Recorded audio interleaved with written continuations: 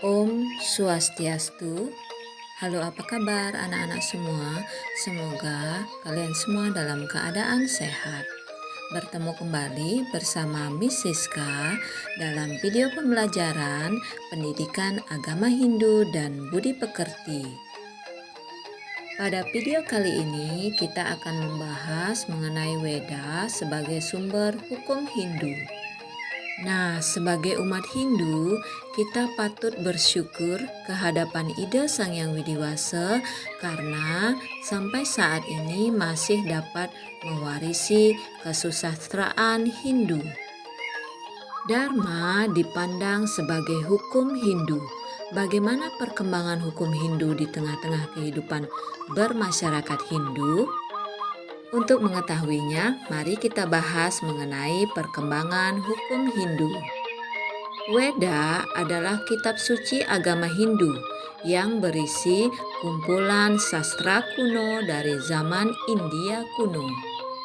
Umat Hindu percaya bahwa isi Weda merupakan kumpulan wahyu dari Brahman atau penguasa tertinggi dalam konsep ketuhanan Hindu.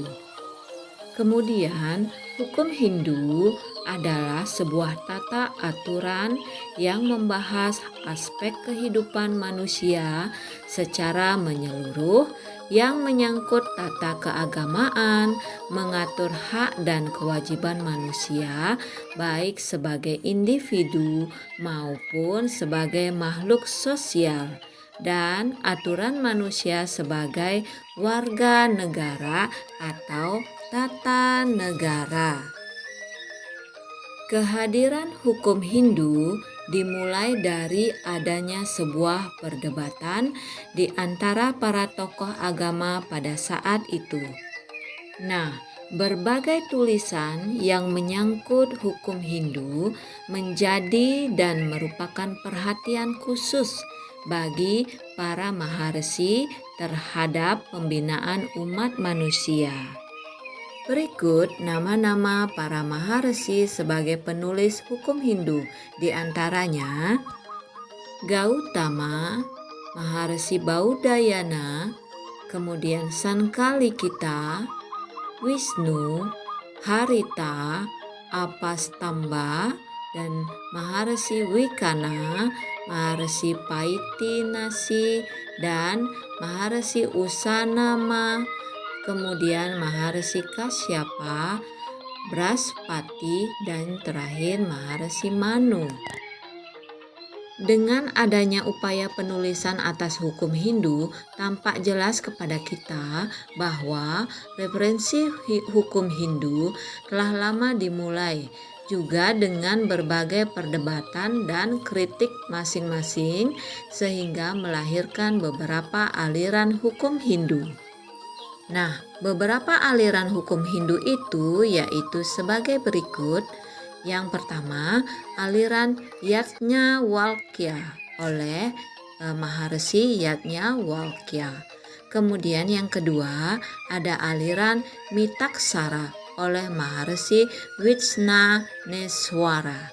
Kemudian yang ketiga, ada aliran Dayabaga oleh Maharsi Jimutawahana.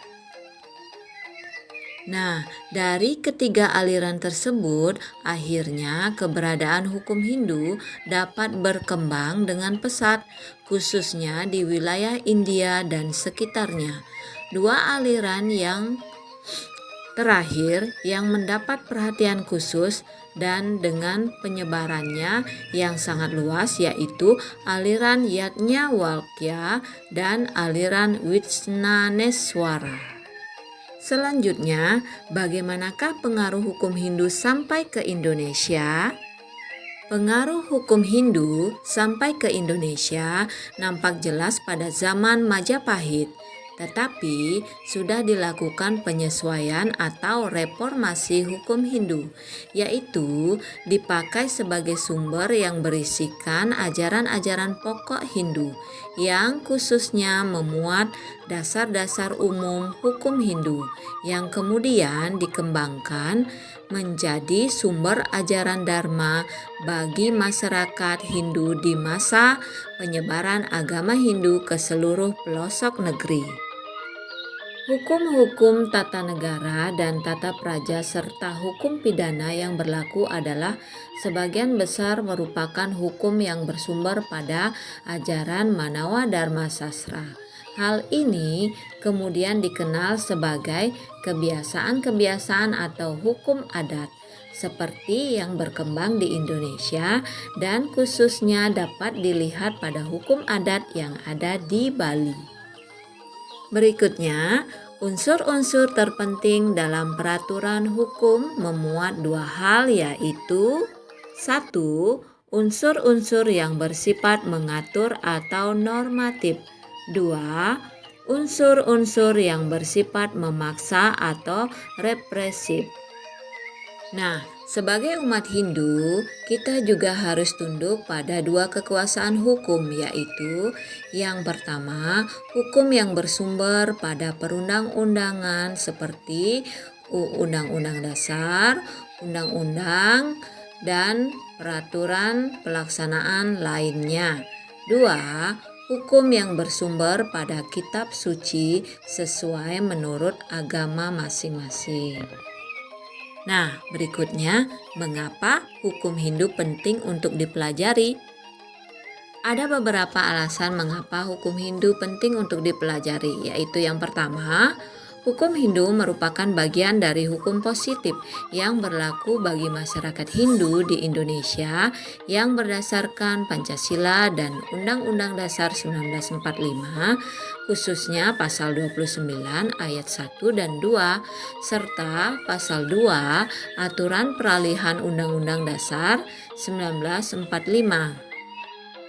Yang kedua, untuk memahami bahwa berlakunya hukum Hindu di Indonesia dibatasi oleh falsafah negara Pancasila dan ketentuan-ketentuan dalam UUD 1945.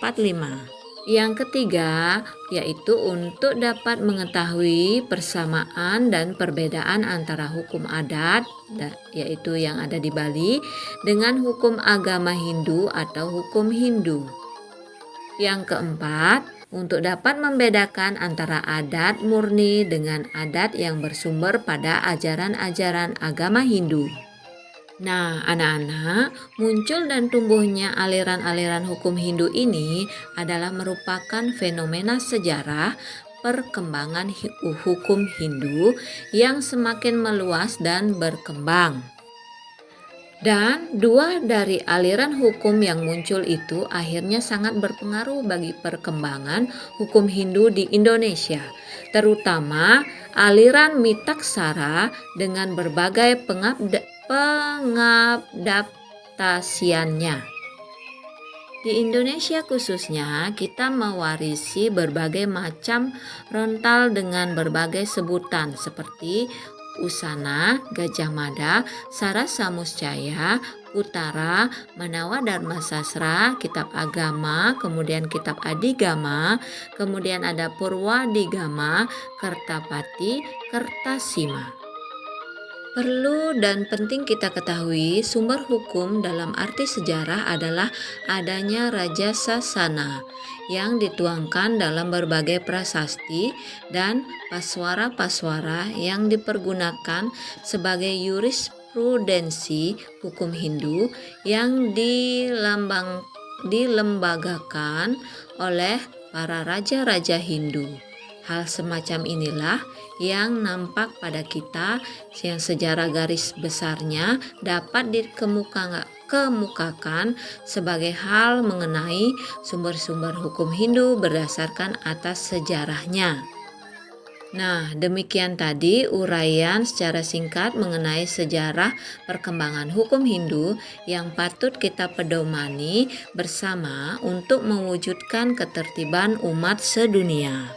Semoga video pembahasan kali ini dapat bermanfaat bagi anak-anak semuanya dan dapat dipahami dengan baik. Terima kasih telah menyaksikan video ini. Ibu tutup dengan Parama Santi, Om Santi, Santi, Santi, Om. Terima kasih, sampai ketemu di video selanjutnya.